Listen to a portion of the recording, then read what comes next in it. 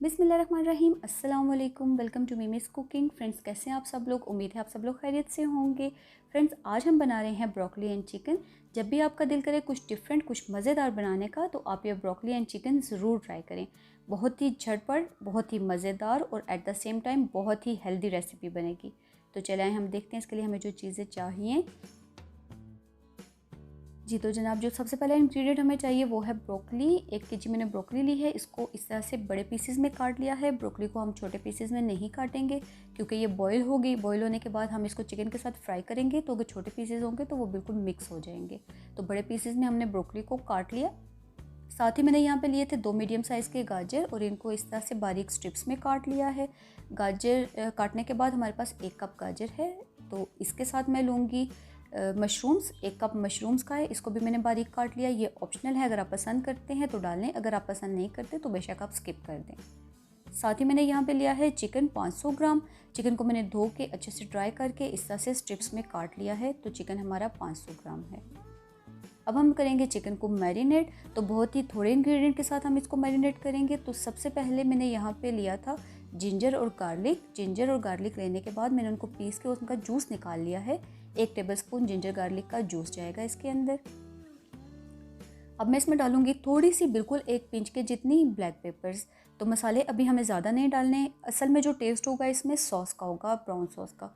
तो इसलिए हमें बिल्कुल थोड़ी सी मिर्ची मैंने डाल दी, काली मिर्च, और साथ ही आप अपने टेस्ट के अकॉर्डिंग थोड़ा सा इसके अंदर नमक डाल दें। मसाले इसमें बस सिर्फ यही जाएंगे। अब इसके अंदर मैं डालूंगी कॉर्नफ्लावर। कॉर्नफ्लावर में इसमें डालूंगी 1 टेबलस्पून। कॉर्नफ्लावर डालने के बाद हम इसको अच्छे से मिक्स करेंगे और तकरीबन 20 से 25 मिनट के लिए हम इस चिकन को मैरिनेशन के लिए रख देंगे। अब यहाँ पे मैंने एक बड़े पतीले के अंदर अच्छा खासा पानी रखा था उबलने के लिए। पानी अच्छे से उबल चुका है। तो अब हमने जो ब्रोकली काट के रखी थी वो हम इस पानी के अंदर शामिल कर देंगे।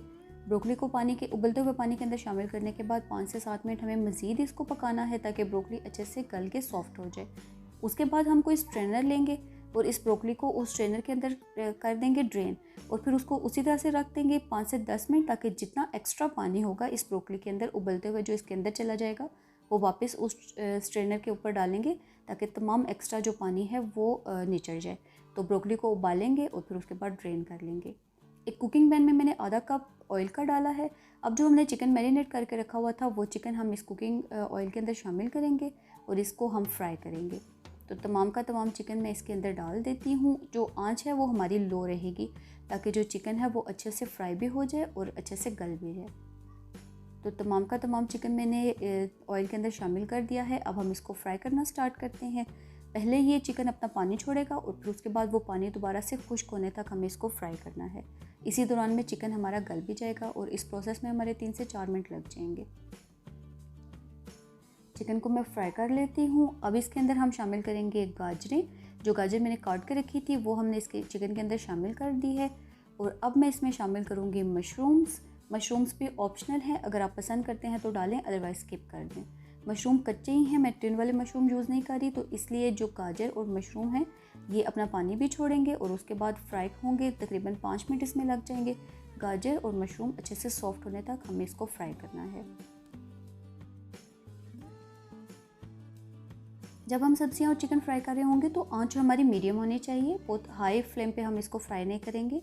जो सब्जियां हैं वो पानी छोड़ेंगी और फिर वो पानी दोबारा ड्राई होने तक हमें इस चिकन के साथ इनको फ्राई करना है।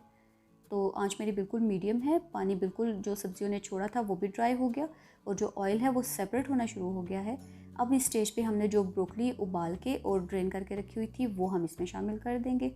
ब्रोकली को शामिल करने के बाद हमें इसको ज़रा एहतियात से हैंडल करना होगा क्योंकि बहुत ज़्यादा हम चम्मच को नहीं चलाएंगे, अदरवाइज़ जो ब्रोकली है वो बिल्कुल टूट जाएगी। तो थोड़ी इसको एहतियात के साथ ही हैंडल करना होता है। अब हम इसको मज़ीद 1 से 2 मिनट तक फ्राई करेंगे।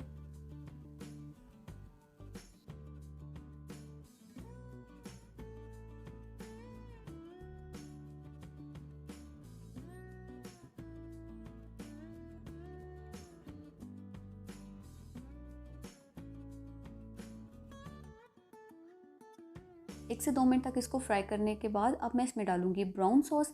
ब्राउन सॉस बनाना बहुत ही आसान है, इसकी रेसिपी मैं आपको आई बटन में भी दे दूँगी और डिस्क्रिप्शन में भी इस ब्राउन सॉस का लिंक आपको डाल दूँगी। ये ब्राउन सॉस है, या आप इसको मदर सॉस भी कह सकते हैं।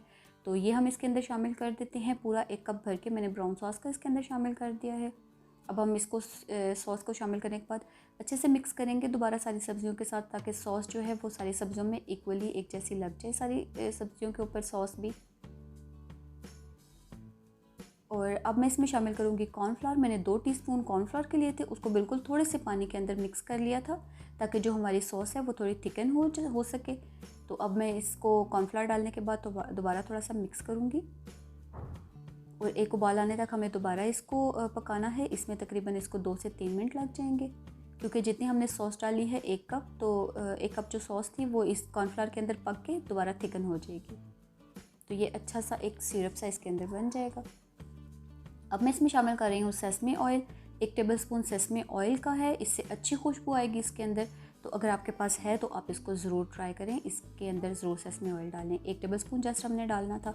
बस अब हमारा जो ब्रोकली एंड चिकन है वो सर्विंग के लिए बिल्कुल रेडी है। आई होप इसको ज़रूर ट्राई करेंगे और अपना फीडबैक भी मुझे ज़रूर देंगे। टेक केयर, अल्लाह हाफिज़।